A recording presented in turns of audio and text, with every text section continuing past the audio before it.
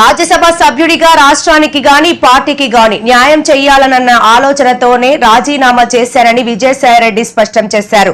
తనకంటే ఎక్కువ శక్తి సామర్థ్యాలు ఉన్న వ్యక్తి రాజకీయాల్లోకి వస్తే రాష్ట్రానికి దేశానికి ఎంతో ఉపయోగపడతారని అన్నారు. ఈ విషయం గురించి జగన్ కు చెప్తే రాజీనామా చేయొద్దని అన్నారు అని చెప్పారు. పూర్తిగా వ్యక్తిగత కారణాల వల్ల నా యొక్క రాజ్యసభ సభ్యత్వానికి ఇంకా 3.5 సంవత్సర కాలం ఉన్నప్పటికీ కూడా రాజీనామాని ఉపరాష్ట్రపతి గారు మా యొక్క రాజ్యసభ చైర్మన్ అధ్యక్షుల వారికి సమర్పించడం జరిగింది. ఆయన ఆ రాజీనామాను ఆమోదించడం కూడా జరిగింది. రాజీనామా మాత్రమే కాదు, రాజకీయాల నుంచి కూడా తప్పుకోవాలన్నటువంటి నిర్ణయాన్ని తీసుకోవడం జరిగింది. వైఎస్ఆర్ కాంగ్రెస్ పార్టీ 2019 ఎన్నికల్లో 151 స్థానాలు సాధించుకున్నది. 2024 ఎన్నికల్లో 40% ఓటింగ్ సాధించుకున్నది. జగన్మోహన్ రెడ్డి గారు అత్యంత ప్రజాదరణ కలిగినటువంటి నాయకులు. నాలాంటి వాళ్ళు 1000 మంది పార్టీని వీడినా కూడా ఆయనకున్న ప్రజాదరణ తగ్గదు అన్నటువంటిది నా ఉద్దేశం. రాజకీయాల నుంచి తప్పుకోవాలని నేను నిర్ణయించుకున్న తర్వాత జగన్మోహన్ రెడ్డి గారు లండన్లో ఉన్నారు. ఆయనతో నేను ఫోన్లో మాట్లాడి అన్నీ చాలా వివరంగా వివరించడం జరిగింది. అన్నీ వివరించిన తర్వాతనే నేను ఈ రాజీనామా పత్రాన్ని అధ్యక్షుల వారికి సమర్పించడం జరిగింది. రాజకీయాల నుంచి తప్పుకున్న తర్వాత ఇక ప్రాథమిక సభ్యత్వం అన్నటువంటిది ఎలా ఉంటుంది? మీరు కూడా బీజేపీలోకి వెళ్తారనేటువంటి ప్రచారం కూడా జరుగుతుంది. నా సుదీర్ఘ రాజకీయ జీవితంలో నేను ఏ రోజు అబద్ధాలు చెప్పలేదు. హిందూ ధర్మాన్ని నమ్మినటువంటి వ్యక్తిగా నేను అబద్ధాలు చెప్తాను అని చెప్పను. అలా చెప్పుతాను అని ఎవరైనా నమ్మినట్లయితే అది మీ యొక్క విజ్ఞతకే వదిలేస్తున్నాను. రాజారెడ్డి గారి దగ్గర నుంచి, రాజశేఖర రెడ్డి గారి నుంచి ఈరోజు జగన్మోహన్ రెడ్డి గారి వరకు 3 తరాలుగా ఆ కుటుంబంతో సన్నిహిత సంబంధాలు ఉన్నటువంటి వ్యక్తిగా నేను ఒక్కటే చెప్తా ఉన్నాను. ఈ జీవిత కాలంలో ఏ రోజు కూడా ఆ కుటుంబంతో విభేదాలు అన్నటువంటివి రావు, ఇంతవరకు లేవు, భవిష్యత్తులో కూడా వచ్చేటటువంటి అవకాశం లేదు. 2011వ సంవత్సరం ఆగస్టు 10వ తారీఖున ఎఫ్ఐఆర్స్ ఫైల్ చేయడం జరిగింది. అప్పట్లో నన్ను అప్రూవర్గా మారమని ఎంత బలవంత పెట్టినా కూడా ఆ కుటుంబానికి సన్నిహిత సంబంధాలు కలిగినటువంటి వ్యక్తిగా నేను అప్రూవర్ కావడానికి నిరాకరించాను. ఆ రోజు పరిస్థితే ఈ రోజు కూడా.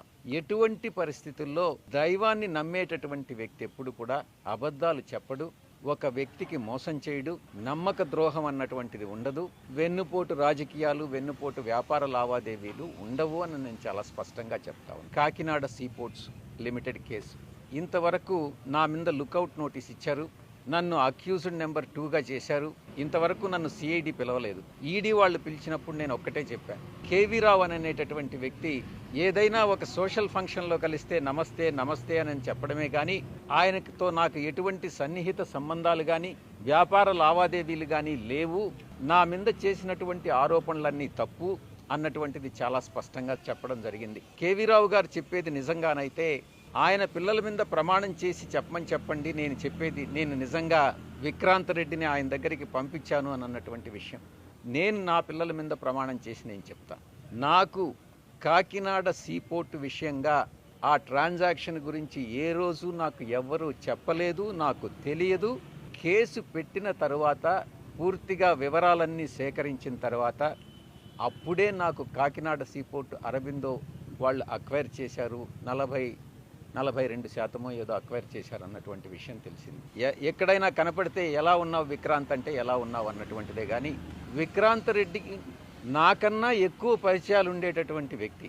నేను అతన్ని కేవీ రావుకి ఇంట్రడ్యూస్ చేయాల్సినటువంటి అవసరం లేదు. మొట్టమొదటిగా ఎవరైనా ఏదైనా ఉద్యోగం కోసమో ఎవరైనా వస్తే ఏదైనా ఇండస్ట్రియలిస్ట్కి ఫోన్ చేసి చెప్పమంటే చెప్తానే కానీ నాకు ఏ వ్యాపారాలు లేవు.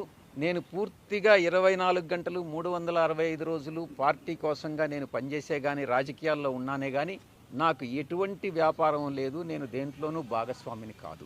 ఈ కాకినాడ సీపోర్టు విషయంగా ఈ యొక్క రాజీనామాకు లింక్ చేసి ఎక్కడో అది జగన్ గారికి తగిలింది కాబట్టి విజయసాయిరెడ్డి రాజీనామా చేస్తున్నాడు అన్నటువంటి విషయాన్ని కొన్ని ఛానల్స్ చెప్తా వస్తూ ఉన్నాయి. మా వియంకుడు నా క్లాస్మేట్ బీకాంలో. ఆ తర్వాత ఆయన వ్యాపార రంగంలోకి వెళ్ళిపోయాడు, నేను సిఏ చార్టర్డ్ అకౌంటెంట్గా వెళ్ళిపోయాను.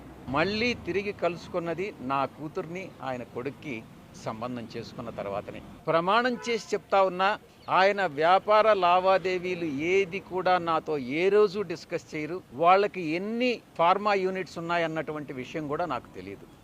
ఎందుకంటే కుటుంబ వ్యవహారాలు సక్రమంగా ఉండాలి అని అంటే ఆర్థిక వ్యాపార లావాదేవీలు ఉండకూడదు అన్నటువంటి విషయం నేను బలంగా నమ్ముతా. రాజకీయాల నుంచి నేను తప్పుకుంటే నేను ఇంకా బలహీనుణ్ణి అవుతానే కానీ బలవంతుణ్ణి కాదు కదా. అలాంటప్పుడు కేసులు నాకు ఎందుకు మాఫీ చేస్తారు? నన్ను ఎందుకు తప్పిస్తారు? ఏ పరిస్థితుల్లోనే అయితే నేను రాజకీయ జీవితంలో నేను ప్రవేశించానో అప్పటి పరిస్థితులు వేరే, ఈ రోజు ఉన్నటువంటి రాజకీయ పరిస్థితులు వేరే.